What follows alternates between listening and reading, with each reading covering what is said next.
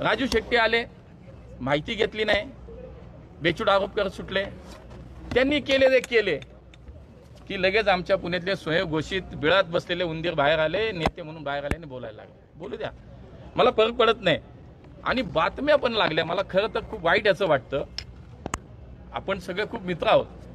आमच्या प्रसार माध्यमांनी सुद्धा कधी कधी ह्याची काळजी घेतली पाहिजे की एखाद्या विषयाची सत्यता तपासली पाहिजे। बातम्या काय लागल्या, मुरलीधर मोहोळ 3000 कोटीची जमीन 350 का 300 कोटी 300 कोटीत घेतली, हडप मोळ अडचणीत, हडप मोळ गोत्यात।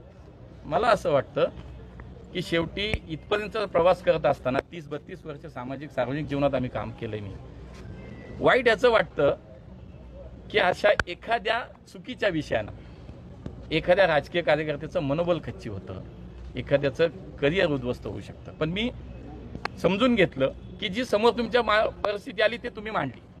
माझं काम होतं की त्याचं स्पष्टीकरण देणं। आणि म्हणून मला असं वाटतं की या सगळ्या विषयामध्ये आज मी स्पष्टीकरण दिलं पाहिजे।